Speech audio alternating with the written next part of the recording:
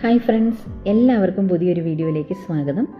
നമ്മുടെ വീട്ടിൽ എപ്പോഴും കാണുന്ന ഉരുളക്കിഴങ്ങ് സവോളയൊക്കെ വെച്ചിട്ട് നല്ലൊരു തോരൻ എങ്ങനെയാണ് തയ്യാറാക്കുന്നത് എന്നതിനെക്കുറിച്ചിട്ടാണ് ഇന്നത്തെ വീഡിയോ.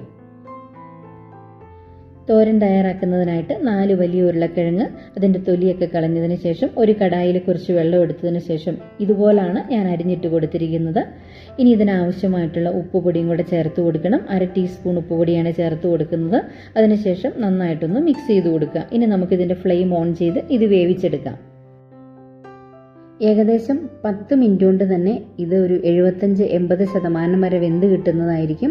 അത്രയും വേവിച്ചെടുത്താൽ മതി. കാരണം മറ്റ് ചേരുവകളൊക്കെ ചേർത്തിട്ട് നമ്മളിത് ഇളക്കുന്ന സമയത്ത് ഉടഞ്ഞു പോകാനും കുഴഞ്ഞു പോകാനുമായിട്ടുള്ള സാധ്യതയുണ്ട്. അതുകൊണ്ടാണ് ഒരു 80% വരെ മാത്രം ഇത് വേവിച്ചെടുത്താൽ മതിയെന്ന് പറയുന്നത്. ഇനി ഇതിൻ്റെ ഫ്ലെയിം ഓഫ് ചെയ്ത് ഈ പാത്രത്തിൽ നിന്നും മാറ്റി ഒരു സ്ട്രെയിനറിലോട്ട് ഇതിലെ വെള്ളം വാർന്നു പോകുന്നതിനായിട്ട് ഒഴിച്ചു കൊടുക്കാവുന്നതാണ്. അതല്ലെന്നുണ്ടെങ്കിൽ ഇതുപോലെ ഒരു സ്പൂണ് കൊണ്ട് മുഴുവനായിട്ടും ഈ വെള്ളത്തിൽ നിന്നും കോരി മാറ്റുക.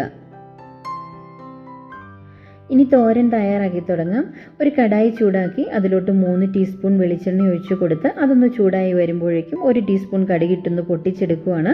കടുക് നന്നായിട്ട് പൊട്ടിക്കഴിയുമ്പോഴേക്കും അതിലോട്ട് കുറച്ച് വെളുത്തുള്ളി അരിഞ്ഞതും അതിനോടൊപ്പം തന്നെ ഒരു ചെറിയ കഷ്ണം ഇഞ്ചി അരിഞ്ഞതും കൂടെ ചേർത്ത് കൊടുത്ത് നന്നായിട്ടൊന്ന് വഴറ്റിയെടുക്കുക. ചെറുതായിട്ട് കളറൊക്കെ ഒന്ന് മാറി വരുന്നിടം വരെയാണ് നമ്മളിത് വഴറ്റിയെടുക്കേണ്ടത്. ഇനി ഇതിലോട്ട് ഒരു വലിയ സവോള കട്ടി കുറച്ചരിഞ്ഞതും 4 പച്ചമുളക് ഇതുപോലെ വട്ടത്തിലരിഞ്ഞതും ആവശ്യത്തിനുള്ള കറിവേപ്പിലയും കൂടെ ചേർത്ത് കൊടുക്കുകയാണ്. അതിനുശേഷം ഇത് പെട്ടെന്ന് വഴറ്റിയെടുക്കുന്നതിന് നമുക്ക് കുറച്ച് ഉപ്പുപൊടിയും കൂടെ ഇട്ട് കൊടുക്കണം. ഒരു 1/4 ടീസ്പൂൺ ഉപ്പുപൊടി മാത്രമാണ് ഞാൻ ഈ ഒരു സമയത്ത് ഇതിലോട്ട് ചേർത്തിരിക്കുന്നത്. ഇനി നമുക്കിതെല്ലാം കൂടി നന്നായിട്ടൊന്ന് മിക്സ് ചെയ്ത് കൊടുക്കാം. ഇതുപോലെ കളറ് മാറി വരുന്നിടം വരെയാണ് നമ്മളിത് വഴറ്റിയെടുക്കേണ്ടത്. ഇത്രയും ആയാൽ ഇനി ഇതിലോട്ട് ചേർക്കേണ്ടത് തേങ്ങ ചിരണ്ടിയതാണ്. 4 ടേബിൾ സ്പൂൺ തേങ്ങ ചിരണ്ടിയതാണ് ഞാൻ ഈ ഒരു സമയത്ത് ഇതിലോട്ട് ചേർത്തിരിക്കുന്നത്.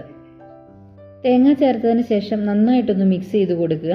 ആ തേങ്ങയിലുള്ള വെള്ളത്തിൻ്റെ അംശമൊക്കെ മാറി നല്ലതായിട്ട് ഡ്രൈ ആയി കിട്ടുന്നിടം വരെയാണ് നമ്മളിത് മിക്സ് ചെയ്തെടുക്കേണ്ടത്. തേങ്ങയും നന്നായിട്ട് ഡ്രൈ ആയി കഴിഞ്ഞിട്ടുണ്ടെങ്കിൽ നമ്മൾ നേരത്തെ വേവിച്ച് വെച്ചിരിക്കുന്ന ഉരുളക്കിഴങ്ങ് ഇതിലോട്ട് ഇട്ട് കൊടുക്കാവുന്നതാണ്. അതിനുശേഷം നന്നായിട്ട് ഒന്ന് മിക്സ് ചെയ്ത് കൊടുക്കുക. ഒരുപാട് ഉരുളക്കിഴങ്ങ് വെന്തു പോയിട്ടുണ്ടെങ്കിൽ ഈ ഒരു സമയത്ത് നമ്മൾ ഇതുപോലെ ഇളക്കുന്ന നേരത്ത് ഇത് ഉടഞ്ഞു പോകാനും കുഴഞ്ഞു പോകാനും ഒക്കെ ആയിട്ടുള്ള സാധ്യതയുണ്ട്. അതുകൊണ്ടാണ് ഒരു 80% വേവിൽ ഇത് വാങ്ങണമെന്ന് ഞാൻ പറഞ്ഞത്. ഒരുപാട് വെന്ത് കുഴഞ്ഞു പോവുകയോ അല്ലെന്നുണ്ടെങ്കിൽ ഉടഞ്ഞു പോവുകയൊക്കെ ചെയ്തിട്ടുണ്ടെങ്കിൽ നമ്മളൊരു സെർവിങ് ഡിഷിലോട്ട് മാറ്റുന്ന സമയത്ത് ഇത് കാണാൻ തന്നെ ഒരു ഭംഗിയും ഉണ്ടാവില്ല. അതുകൊണ്ടാണ് നേരത്തെ തന്നെ ഫ്ലെയിം ഓഫ് ചെയ്ത് സ്റ്റൗവിൽ നിന്നും മാറ്റണമെന്ന് പറയുന്നത്. അപ്പോൾ ഇത്രയേ ഉള്ളൂ, ഉരുളക്കിഴങ്ങ് തോരൻ റെഡി ആയിട്ടുണ്ട്. വളരെ എളുപ്പത്തിൽ ഉണ്ടാക്കിയെടുക്കാൻ പറ്റുന്ന ഒരു റെസിപ്പിയാണ്. അതുപോലെ തന്നെ നമ്മുടെ വീട്ടിലെ ഉരുളക്കിഴങ്ങും സവോളയൊക്കെ എപ്പോഴും കാണുന്നതുമാണ്. അപ്പോൾ നമുക്ക് തോരനൊക്കെ ഉണ്ടാക്കാൻ സമയത്ത് മറ്റ് പച്ചക്കറികളൊന്നും ഇല്ലെന്നുണ്ടെങ്കിൽ ഇത് വെച്ചിട്ട് ഇതുപോലെ സിമ്പിളായിട്ടുള്ള ഈ ഒരു തോരൻ ഉണ്ടാക്കിയെടുക്കാൻ പറ്റുന്നതാണ്.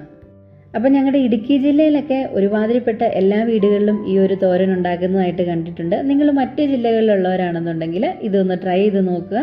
അതിനുശേഷം നിങ്ങളുടെ ഫീഡ്ബാക്സ് ഒക്കെ അറിയിക്കുക. അപ്പോൾ ഇതൊന്ന് ഗാർണിഷ് ചെയ്യുന്നതിന് വേണ്ടിയിട്ട് ഞാൻ കുറച്ച് വറ്റൽമുളക് ചെറുതായിട്ട് മുറിച്ചതും കൂടെ ഇതിലോട്ട് ഇട്ട് കൊടുക്കുന്നുണ്ട്. അപ്പം കാണാനും നല്ലൊരു ഭംഗിയാണ്. കുറച്ചൊരു ചില്ലി ഫ്ലേവറും കൂടെ ഇതിൻ്റെ കൂടത്തിൽ കിട്ടുന്നതും വളരെ നല്ലതാണ്. അപ്പം നിങ്ങൾ തീർച്ചയായിട്ടും ഉണ്ടാക്കി നോക്കുക. അതിനുശേഷം ഫീഡ്ബാക്സ് ഒക്കെ അറിയിക്കുക. അപ്പം മറ്റൊരു വീഡിയോയുമായിട്ട് നമുക്ക് വീണ്ടും കാണാം. Thank you so much for watching.